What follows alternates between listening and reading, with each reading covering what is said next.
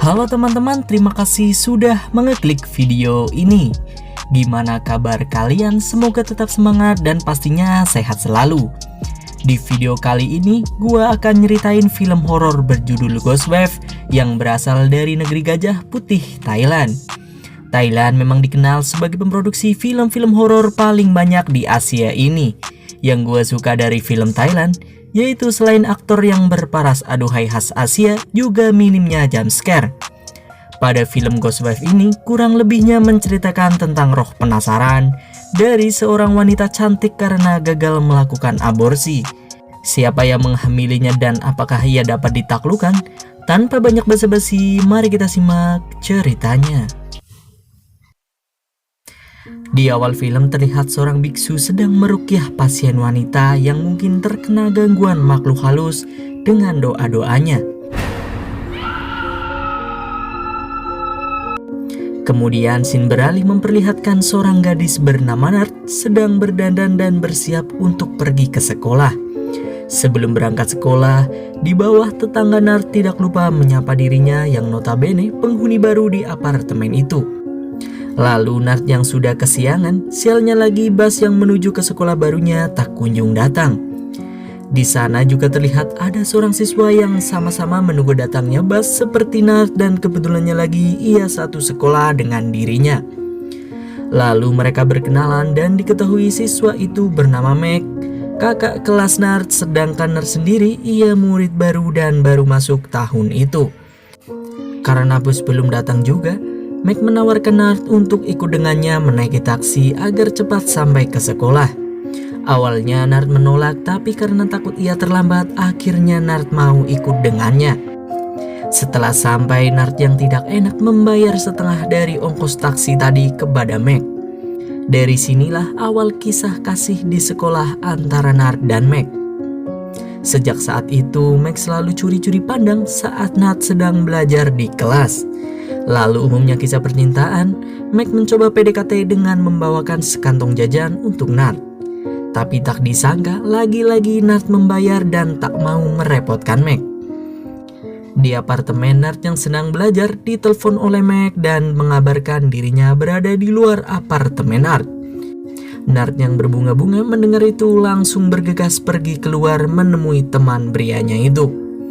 Di sana Meg menawarkan dirinya sebagai guru privat Nart karena Nart tidak mau menerima pemberian Meg secara cuma-cuma. Lalu Nart yang melihat tetangganya memperhatikan dirinya dengan Meg, mengajak Meg untuk pindah belajar ke kamarnya karena penghuni lain memperhatikan mereka. Di dalam terlihat Meg emang benar-benar serius dan tulus untuk mengajari Nart tanpa niat terselubung. Karena seringnya mengajari Nart, pernah Meg meminta untuk menginap di kamar Nart karena hari larut malam.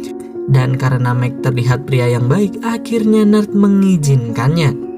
Sejak saat itu mereka terlihat selalu bersama-sama seperti pasangan yang sedang dimabuk asmara. Pada suatu malam Nart ditelepon oleh ibunya, namun ia tidak mengatakan bahwa di kamarnya ada seseorang selain dirinya. Sedangkan Meg mencoba meledek Nart yang tengah menelpon ibunya hingga tiba-tiba mereka terjatuh ke ranjang bersamaan yang bisa kita tebak apa adegan selanjutnya. Anjay. Setelah rambung dari wajah Nart terlihat menyesali perbuatan hilafnya itu, tapi karena Meg melontarkan mantra seorang buaya bahwa ia tak akan meninggalkannya, Nart jadi merasa lega.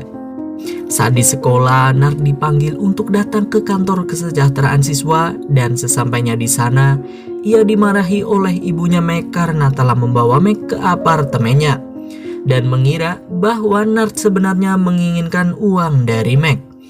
Karena perkataan itu, Nart sangat sedih, tapi untungnya Meg menyangkal tuduhan ibunya yang salah itu dan membawa Nart pergi dari sana. Di apartemen, ibunya Nart yang datang melihat Nart sedang bersedih meminta agar ia fokus sekolah dan tidak berhubungan lagi dengan Meg. Karena percuma, keluarga Meg tidak menerimanya. Kemudian Meg mengirim pesan kepada Nart bahwa ia tak mendengarkan ibunya dan takkan meninggalkan Nart. Keesokan paginya saat Mac hendak pergi ke sekolah, ibunya mencegahnya karena ia akan dipindahkan ke luar negeri tinggal bersama bibinya. Nard yang sedang menunggu Mac dikabari bahwa Mac akan pindah ke luar negeri dan meminta Nard untuk sabar menunggunya. Hal itu membuat Nard menjadi galau tak karuan atas kepergian Mac yang entah kapan ia akan kembali.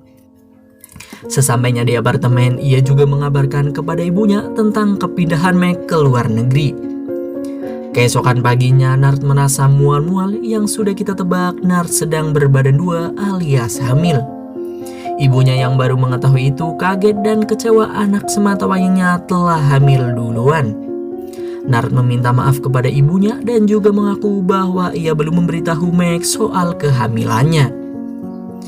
Ibunya meminta agar ia menggugurkan kandungannya sebab ia tidak mau Nard menjadi ibu tunggal seperti dirinya karena hal itu sangatlah sulit.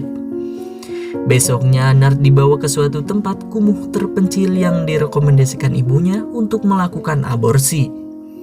Nampaknya Nard tidak sendirian, di sana juga terdapat pasien lain selain dirinya yang habis melakukan aborsi. Nah, saat giliran Nard tiba, ia sedikit ragu dan takut, tapi ibunya meyakinkan bahwa itu jalan yang terbaik.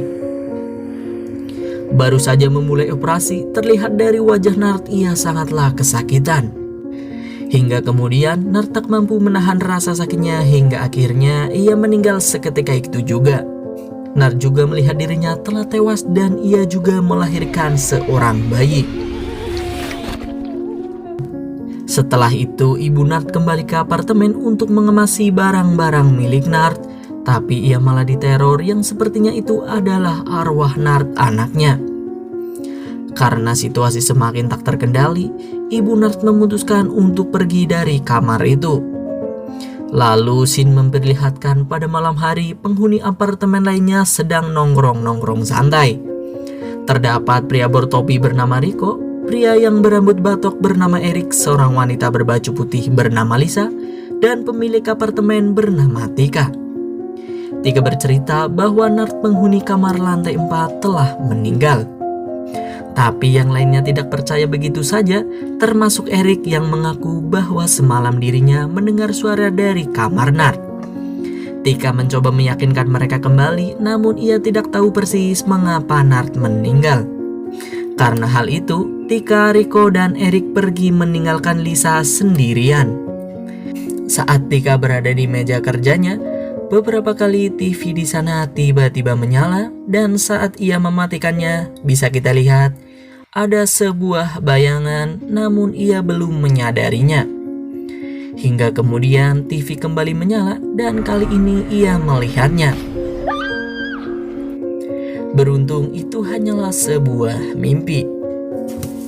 Lalu ia menelpon ibu Nard menanyakan tentang pemakaman anaknya karena ia bermimpi bertemu dengan arwah Nard.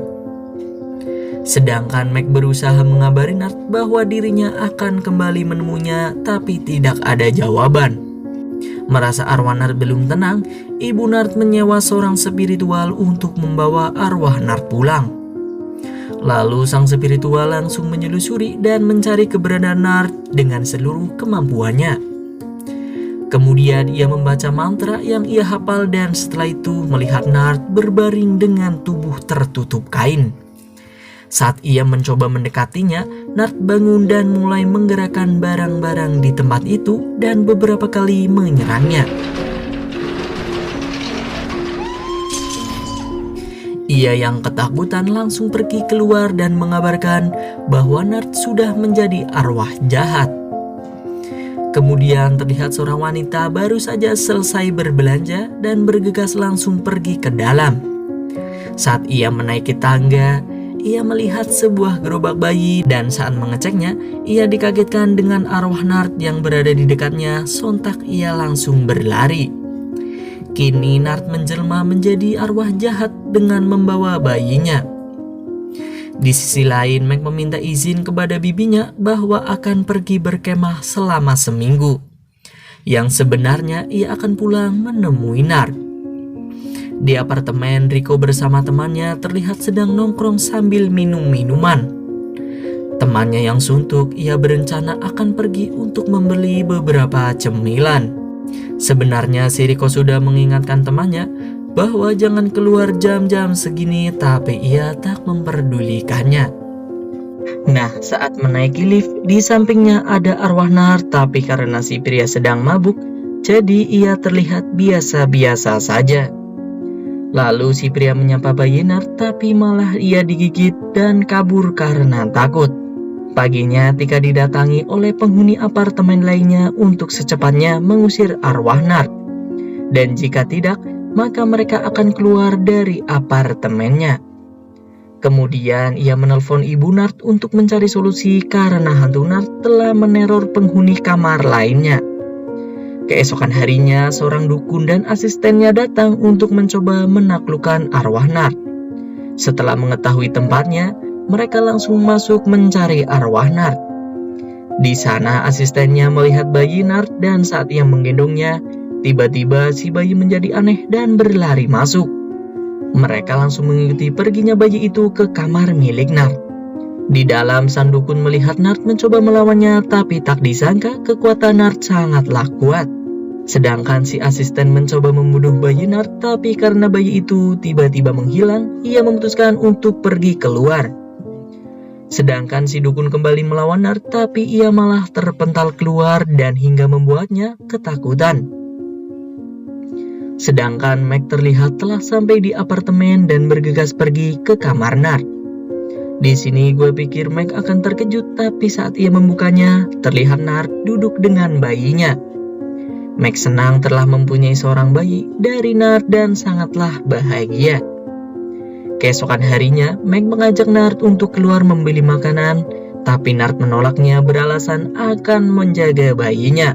Lalu Meg memutuskan pergi membeli makanan sendiri, dan saat menuju warung, semua orang memandangi Meg dengan aneh. Sedangkan penjual di sana terlihat juga menjadi gugup saat melayani Meg. Meg mencoba cuek kepada orang-orang di sana. Lalu Lisa sepertinya hendak menceritakan tentang Nart sebenarnya, tapi ia gagal mengucapkannya. Sesampainya di kamar, Meg mengetahui alasan mengapa Nart tidak mau keluar. Saat Meg berbelanja popok, ia bertanya mengapa semua orang menatap aneh dirinya. Sebenarnya si Lisa hendak memberitahu Meg, tapi dicegah oleh Eric dan mengatakan bahwa berkat adanya Meg, hantu Nart tidak lagi mengganggunya. Di kamar, Meg berencana untuk menikahi Nart dalam waktu dekat ini, tapi Nart belum siap untuk itu.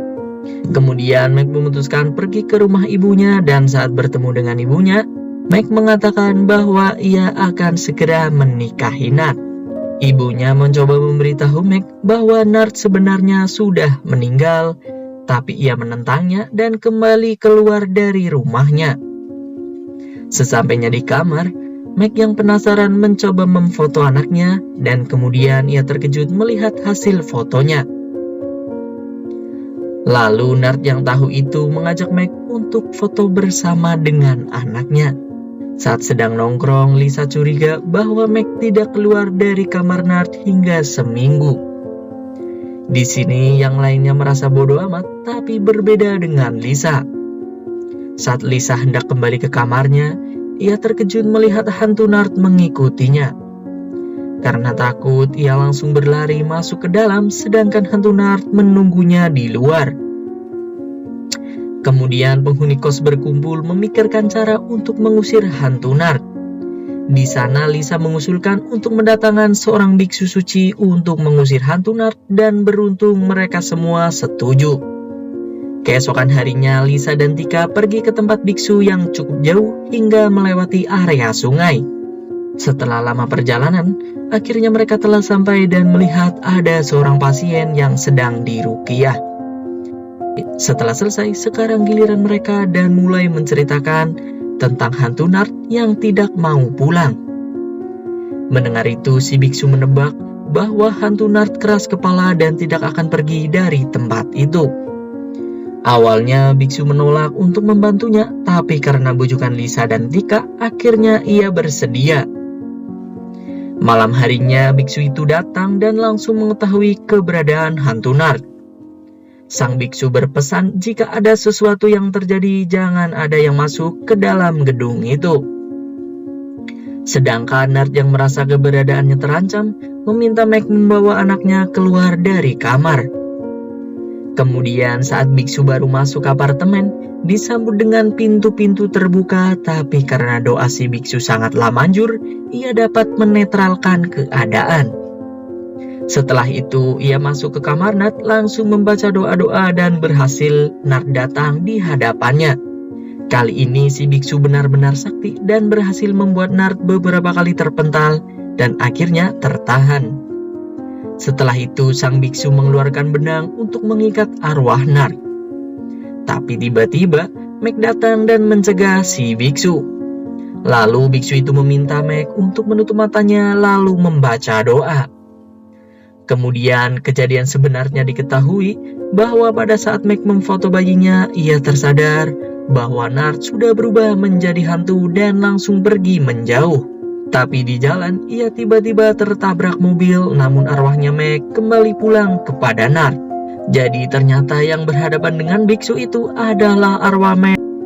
Itu alasannya mengapa Meg tidak terlihat selama seminggu karena ia sudah tewas. Lalu Meg meminta agar ia tidak dipisahkan dengan Nart dan berjanji tidak akan mengganggu penghuni lainnya. Akibat penjelasannya itu, sang biksu mengabulkannya dan mengurung mereka di kamar itu selamanya. Setelah itu, semuanya memberi penghormatan terakhir kepada Meg dan Nart, tidak terkecuali ibu mereka berdua.